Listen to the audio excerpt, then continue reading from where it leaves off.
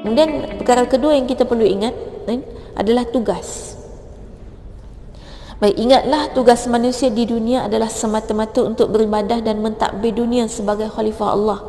Apa yang dimiliki sekarang hanyalah alat semata-mata untuk digunakan buat melaksanakan tugas. Harta bukan milik kita untuk digenggam sendirian, sebaliknya ia perlu diberi kepada yang berhak. Baik. Tadi mindset kita ingat asal-usul kejadian, kemudian mindset kita juga kena ingat tentang tugas dan tanggungjawab kita kat dunia. Ini kena sentiasa ada dalam fikiran kita. Baik, apa tugas kita kat dunia? Kita lahir kat dunia ni bukan saja-saja, bukan tak ada tujuan, ada tugas. Ya, tugas khalifah dan satu lagi ibadah. Dua tugas. Dan dua tugas yang memang khas, dan Allah ciptakan itu kepada manusia, khalifah. Adapun tugas ibadah, Allah ciptakan tanggungjawab ini kepada jin dan manusia. Wa ma khalaqtul jinna wal insa illa liya'budun. Jin dan manusia dua-duanya ada tanggungjawab untuk buat ibadah. Jadi jangan bimbang apa jin buat kat kita. Kena rasuk ke, kena apa ke. Dia dihisap. Jin kalau rasuk orang, dicatat amalan dia tu, mengganggu sesama makhluk. Ada. Jadi tak payah risau. Kita termasuk dihisap, dicatat juga menjadi orang yang teraniaya. Masa tu doa makbul. Jadi orang teraniaya bukan hanya dianiaya oleh manusia, boleh jadi dianiaya oleh jin. Yang tak boleh terjadi, dianiaya oleh haiwan. Haiwan buat apa pun kat kita, dia tidak dicatat sebagai menganiaya manusia, sebab haiwan tidak ada buku amalan. Jadi kalau tiba-tiba binatang terekam kita, binatang ni Allah bagi dia fitrah, dia akan melakukan sesuatu menggunakan senjata yang Allah bagi kepada dia secara semula jadi apabila dia merasa terancam. Jadi ketika haiwan mengancam kita, itu yang dicatat amalan kita, bukan amalan haiwan. Amalan kita ialah membuatkan haiwan merasa terancam. Apa kita buat? Itu kena muhasabah. Apa kita buat sampai binatang tu rasa terancam?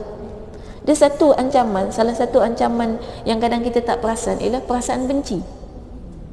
Ada orang dia benci tengok binatang tertentu lah. Ada orang tak suka tengok kucing, ada juga. Dia bukan tak suka tengok kucing, dia tak suka tengok kucing jiran sebelah. Sebab sakit hati. Jadi kebencian itu satu, sebab haiwan boleh rasa perasaan kita kan. Jadi satu penganiayaan kepada dia yang menyebabkan dia merasa terancam dengan adanya kita. Sebab tu cuba tengok kucing dengan perasaan benci, kucing tu dah mula kecut dah kan, rasa nak cabut lari kan. Dia rasa terancam. Jadi haiwan tu Allah bagi senjata pada dia. Setiap satu haiwan ada senjata. Bila dia bertindak, maka itu sebab dia merasa terancam. Baik, jadi sekarang ni kita katakan tugas kita ni sama dengan jin untuk beribadah. Jadi jin kalau melakukan perbuatan yang menyakiti makhluk lain, maka dia mendapat hisab amalan dia, dosa. Baik, kita pula kalau kita tahu dan selalu sedar tentang tanggungjawab kita adalah untuk ibadah dan tanggungjawab khalifah, maka kita ingat bahawa harta ini memang tujuan dia untuk melaksanakan tanggungjawab tadi. Sebab kerja kita yang tu je, ibadah dengan khalifah, ibadah khalifah, ni je dalam kepala kita. Kalau ada duit untuk ibadah, kalau ada duit untuk tugas khalifah. Kalau ada kerja ni untuk melaksanakan tugas sebagai khalifah. Sebab tu pekerjaan kita semua sebenarnya sama di atas muka bumi. Pekerjaannya adalah khalifah Allah. Melalui tugas apa? Itu barulah doktor, engineer, arkitek, cikgu, suri rumah. Itu tugas yang kita katakan label di dunia, tapi untuk melaksanakan tanggungjawab khalifah. Jadi tujuannya khalifah juga. Apa pun pekerjaan kita tak ada masalah. Sebab itu jangan paksakan anak-anak untuk bekerja dengan pekerjaan yang kita nak. Dia Allah dah bagi satu sifat khalifah. Pada setiap manusia ada sifat khalifah. Cari pada diri masing-masing. Sifat khalifah kita masing-masing itu berbeza antara satu sama lain. Dan sifat khalifah itulah yang dipertanggungjawabkan kepada ibu bapa untuk melihat pada anaknya apa sifat khalifah yang ada pada dia, kemudian gilap dan bagi dia melaksanakan tugas khalifah melalui sifat sedia ada yang Allah bagi. Atau bahasa lain kita katakan bakat. Bakat itulah sifat khalifah. Setiap orang ada bakat yang berbeza. Walaupun anak tu keluar daripada rahim yang sama, tapi bakatnya tak sama. Kan? Boleh tengok kan, kalau kata takat 2 orang kadang-kadang lain-lain, apalagi sampai 10. Memang tak sama, tapi tiba-tiba diarahkan ke bidang yang sama, mak suruh kerja semua sama, lepas tu duk banding-banding, tengok abang jadi doktor, engkau pun kena struggle jadi doktor juga. Bakat dia tak sama. Kalau dia suka melukis-lukis, maknanya bakat dia bukan doktor, kan? Bakat dia mungkin arkitek ataupun seniman, kan? Yang penting melalui bidang itu dia melaksanakan tanggungjawab khalifah. Kita pun sama, kalau sampai sekarang dah nak habis hidup dah ni, dah jubli emas lebih, ataupun memang dah puluhan tahun lah kita hidup, kita masih belum menemukan mana dia sifat khalifah kita, kita bimbang, kita belum melaksanakan tugas khalifah. Jadi cari sifat khalifah yang ada pada diri masing-masing. Itu berbeza. Sebab itu kita kata kita tak boleh target orang lain sama macam kita. Kita tak boleh harap orang lain jadi macam kita, kan? Kalaupun kita ni orang kata hebat ke apa ke, tak boleh kita nak orang lain boleh jadi macam kita. Tak boleh. Sebab setiap orang tu Allah dah bagi sifat khalifah masing-masing. Yang sifat khalifah atau bakat ini kalau digilap betul-betul, maka dia menjadikan seseorang tu genius. Kami pernah diskusi satu ketika tentang maksud genius. Orang selalu kata, oh ni budak ni genius, yang ni genius. Akhirnya kita membincang geniusnya apa sebenarnya. Kan? Kalau saya memahami dia sebagai sifat khalifah.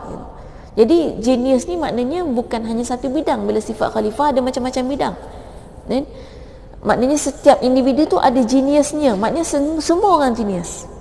Jadi rupanya kemudian bila dicari-cari apa dia sebenarnya definisi kepada perkataan genius, betul, memang genius tidak ada definisi yang tepat yang mengatakan dia tu adalah orang yang luar biasa pada apa gitu.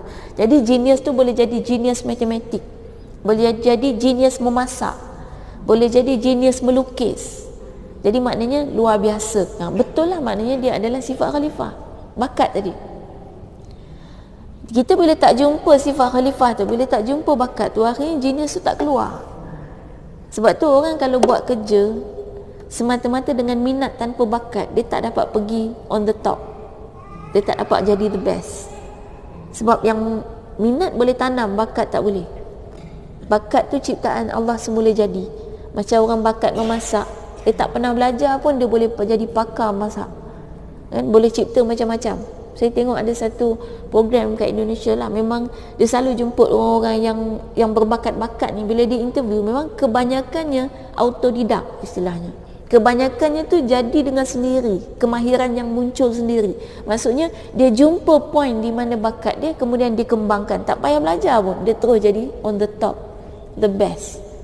Itulah tugas ibu bapa, mencarikan di mana bakat anak tu. Jadi disekolahkan tu tujuannya untuk cari cungkil mana sebenarnya kelebihan dia, kan? Buat test sampailah kita jumpa di mana kelebihan dia. Kita pun sama, di mana kelebihan kita, di situlah kita melaksanakan tugas kita sebagai khalifah. Jadi ada orang buat kerja cermat, kan?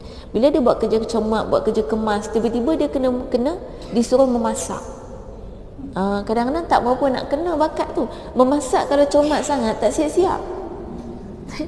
Potong nak kena sama besar, kan? Kalau dia memasak dekat hotel mungkin tu pun bukan bahagian masak, bahagian menghias makanan, tu okey.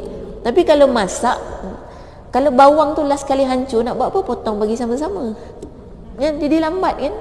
Jadi maknanya kita kata mungkin bakatnya kalau kemas, itu bakatnya di bahagian lainnya, kan? Bukan di bahagian tu. Baik, jadi itu maknanya tanggungjawab kita. Kalau kita sentiasa ingat tentang tanggungjawab kita, maka kita ingat bahawa apa saja yang kita ada di atas muka bumi ini hanyalah satu alat. Apa saja yang Allah bagi kepada kita, termasuk harta, termasuk bakat tadi, termasuk kemampuan, apa saja yang ada pada kita, semuanya hanya alat yang akan kita gunakan untuk tujuan ibadah dan untuk tujuan tanggungjawab sebagai khalifah. Jadi maknanya harta tadi kita tak rasalah kita nantilah nak beli benda ni, nak beli benda ni, teringin benda ni, teringin benda ni. Tak. Memang pegang je harta, pegang je duit, kita dah rasa ini untuk ibadah. Dengan itu kita akan mudah untuk mengeluarkan sedekah, mengeluarkan infak.